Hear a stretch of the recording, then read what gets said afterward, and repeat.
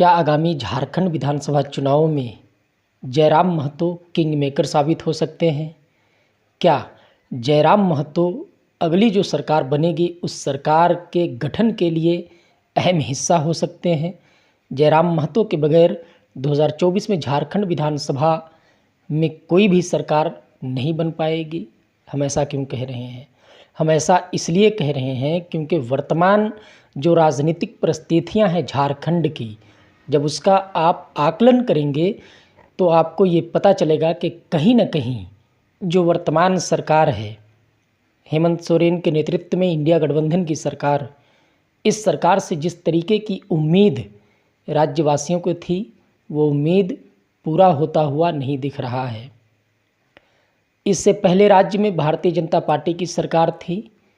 कहीं न कहीं उस सरकार से भी लोगों को नाराज़गी थी। कारण क्या है? रोज़गार और स्थानीय नीति। राज्य की सबसे बड़ी समस्या अगर आप देखेंगे, जो युवा बेरोज़गार हैं, जिनका कम से कम 25 से 30% कुल वोटरों पर पकड़ है, वो युवा है। उन युवाओं की जो सबसे बड़ी समस्या है राज्य में, वो कहीं न कहीं बेरोज़गारी है। और बेरोज़गारी ख़त्म करने को लेकर के 2014 में भी वही वादा हुआ कि हम सत्ता में आएंगे तो नौकरी देंगे, रोज़गार देंगे, स्थानीय नीति बनाएंगे, जेटेट का आयोजन करेंगे, हर साल आपका जेपीएससी का एग्ज़ाम लेंगे। नहीं हुआ। 2019 में हेमंत सोरेन के नेतृत्व में इंडिया गठबंधन की सरकार बनी। इस सरकार में भी वही वादा था, नौकरी देंगे, हर साल जो है जेपीएससी का आयोजन करेंगे, जेटेट का आयोजन करेंगे। नहीं हुआ। अब जब सरकार जाने वाली है तो अंतिम दिनों में सरकार ने जो है जेटेट लेने का निर्णय लिया है और वो जो है फॉर्म उसका भरा रहा है। स्थानीय नीति नहीं बना। तो कहीं ना कहीं जो झारखंड के जो स्थानीय युवक हैं, जो स्थानीय युवा मतदाता हैं, उनकी निगाह इस वक्त अगर आप देखेंगे तो जयराम महतो पर टिकी हुई है। हालांकि जयराम महतो झारखंड की राजनीति में पिछले 5 वर्षों में ही उभर करके एक बड़ा चेहरा बने हैं। 5 वर्षों से ही वो राज्य में सक्रिय हैं। 2019 से उनकी सक्रियता दिखी। एक क्षेत्र में कहीं ना कहीं क्षेत्र की राजनीति, एक क्षेत्र का युवा चेहरा आज राज्य में जो है कम से कम 20%, 25% जो राज्य के युवा मतदाता हैं, उन मतदाताओं की एक उम्मीद बन चुके हैं। जयराम महतो जिस तरीके से स्थानीय नीति का मुद्दा उठाते हैं, नौकरी में, रोज़गार में, सरकारी कार्यालयों में, राजनीति में स्थानीय लोगों की भागीदारी हो, इस बात को जिस तरीके से वो मुखरता के साथ रखते हैं। कई बार आपने देखा होगा कि जो बाहरी दूसरे राज्य के जो सरकारी पदाधिकारी हैं, बड़े बड़े पदों पर जो बैठे पदाधिकारी हैं, उनसे भी उनकी बहस हो जाती है। तो ये सब चीज़ जो है कहीं ना कहीं जो झारखंड के जो स्थानीय युवा हैं, बेरोज़गार हैं, उनको कहीं ना कहीं ये चीज़ पसंद आ रहा है। लगातार आप देखेंगे तो जयराम महतो जो है वो स्थानीयता के मुद्दे पर, स्थानीय नीति लागू हो उसके मुद्दा पर जो है आंदोलन करते रहे हैं। वर्तमान राज्य सरकार को भी जो है कटघरे में खड़ा करके उनके खिलाफ भी जो है आंदोलन करते रहे हैं। आज आप देखेंगे कि जो बड़ी बड़ी पार्टियां हैं, उनके माथे पर पसीना चल रहा है। कारण क्या है? सबको लेकर के प्रदेश में नाराज़गी है।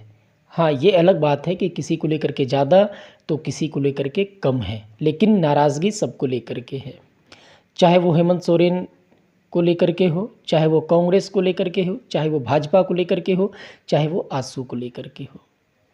तो नाराज़गी जो है कहीं ना कहीं सभी पार्टियों को लेकर के है। ऐसे में जयराम महतो बड़ा कमाल कर सकते हैं झारखंड में।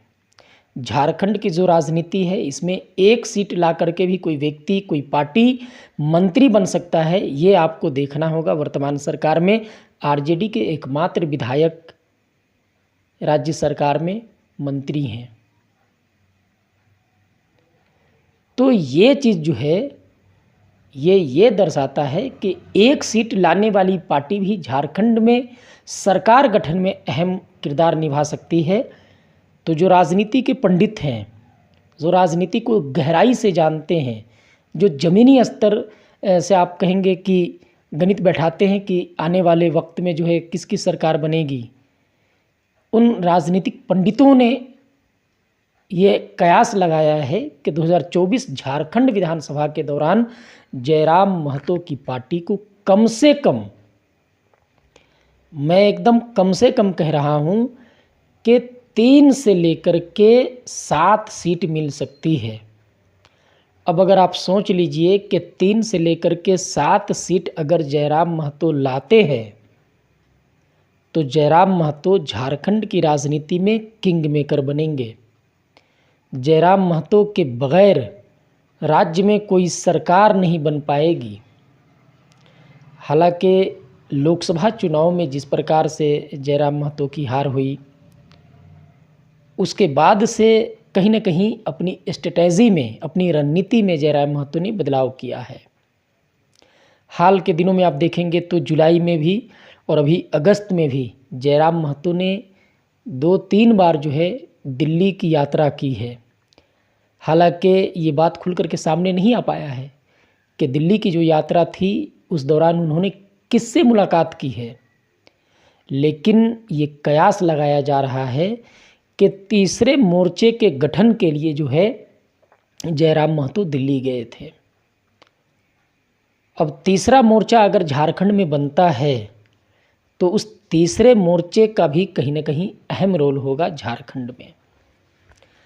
तीसरे मोर्चे की कौन कौन सी पार्टी है जो झारखंड की राजनीति में, झारखंड के विधानसभा चुनाव में प्रभाव डाल सकती है, उसमें सबसे पहला नाम है आपका असदुद्दीन ओवैसी की पार्टी AIMIM का।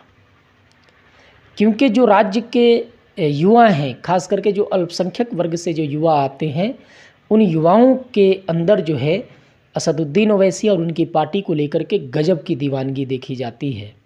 और ये सिर्फ झारखंड का नहीं है, ये देश के अलग अलग राज्यों में ये चीज़ होता है। तो झारखंड में भी कहीं ना कहीं जो MIM है उसके जो समर्थक हैं वो काफ़ी संख्या में हैं। तो तीसरा फ्रंट अगर बनता है तो उसमें जो है असदुद्दीन ओवैसी की पार्टी MIM अहम रोल निभा सकती है। दूसरी पार्टी है आपको ममता बनर्जी की तृणमूल कांग्रेस। तृणमूल कांग्रेस के भी समर्थक जो है वो हैं राज्य में, चाहे वो 5% हो, 10% हो, जितने भी परसेंट हैं, लेकिन हैं। उसके बाद जो है मौलाना मोबिन रिजवी की पार्टी है, झारखंड जन क्रांति मोर्चा, उनका भी एक अपना लॉबी है।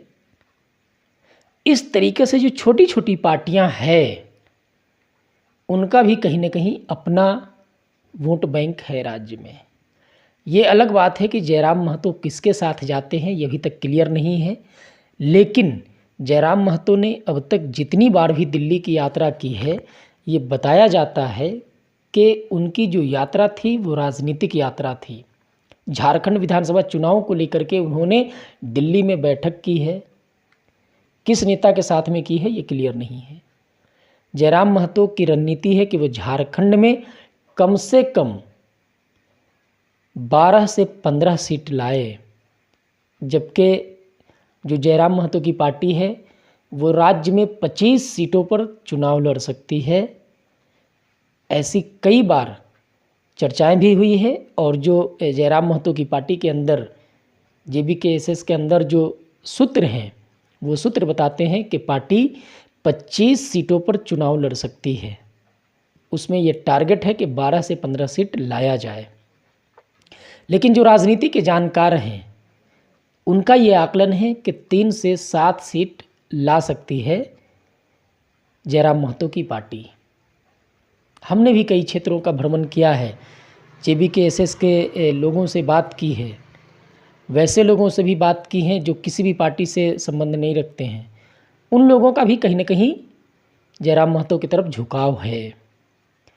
अब अगर जयराम महतो जो भी सीट लाते हैं, संख्या जो भी होती है, चाहे वो 3 हो, 5 हो, 7 हो, 10 हो, 12 हो, 15 हो, ये तो तय है कि राज्य में 2024 में जो भी सरकार बनेगी उस सरकार में किंग मेकर बनेंगे जयराम महतो।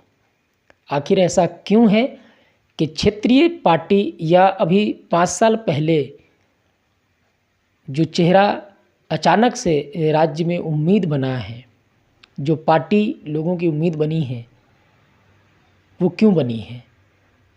तो अब तक जो लोग सत्ता में रहे हैं उन पार्टियों ने कहीं न कहीं राज्यवासियों की उम्मीदों को पूरा नहीं किया है। यही कारण है कि जयराम महतो हो या बाकी के जो लोग हैं जयराम महतो जैसे आज के डेट में राजनीति में पसंद किए जाने लगे हैं।